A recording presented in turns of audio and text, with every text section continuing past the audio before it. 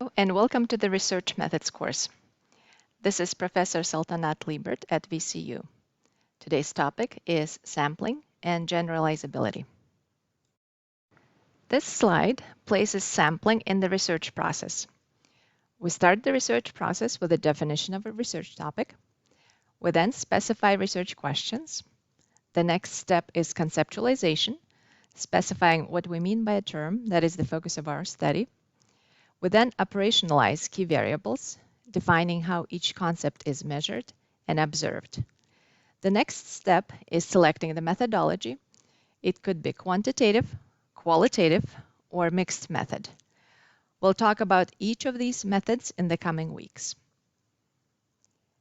Next, we need to decide which sampling method to use. This is what I will talk about in this lecture. The following step after that is data collection. This is followed by analysis of the data that was collected. The next step in the research process is the write-up of the findings, and the final step is the dissemination of the research findings. Sampling is the process of selecting individuals for a research project. In order for a researcher to be able to generalize the study findings to the whole population of interest, the researcher needs to select a subset or a sample of this population. Sample selection for quantitative and qualitative studies tends to be different. Sampling frame is a list of all individuals in the population of interest. In this image, population of interest is the green shape. Sampling frame is the orange shape. You would recruit individuals from the sampling frame to end up with your sample.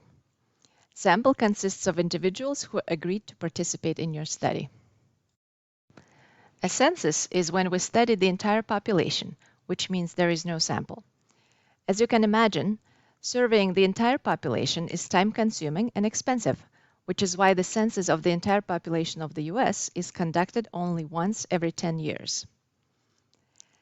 Sampling should be done in quantitative and qualitative research, but the sampling types usually vary between these two types of research. Sampling could be probability sampling and non-probability sampling. Probability sampling is the preferred sampling method in social sciences. It utilizes random selection of study participants. An example of random selection is a lottery or flipping a coin. Probability sampling is not always feasible in social sciences, especially if we're trying to reach population that is hard to recruit. For example, if I want to study the impact of COVID-19 on the undocumented immigrants, it is unlikely that I could use probability sampling. This is because there is no list of all undocumented immigrants that I could use as a sampling frame. In these types of situations, I would use non-probability sampling for my study. An example of non-probability sampling is a snowball sampling. In the example mentioned above, I would recruit 1 or 2 undocumented immigrants to participate in my study, and then I would ask them to refer me to their peers who have a similar immigration status. When it comes to probability sampling, there are several random sampling techniques. The old school method is picking names out of a hat. You can also use a random number generator, a system that generates random numbers which would meet the requirements of probability sampling. The third technique is systematic random sampling. Let's say I want to survey a sample of VCU students, and I want these results to be generalizable to the entire VCU student body.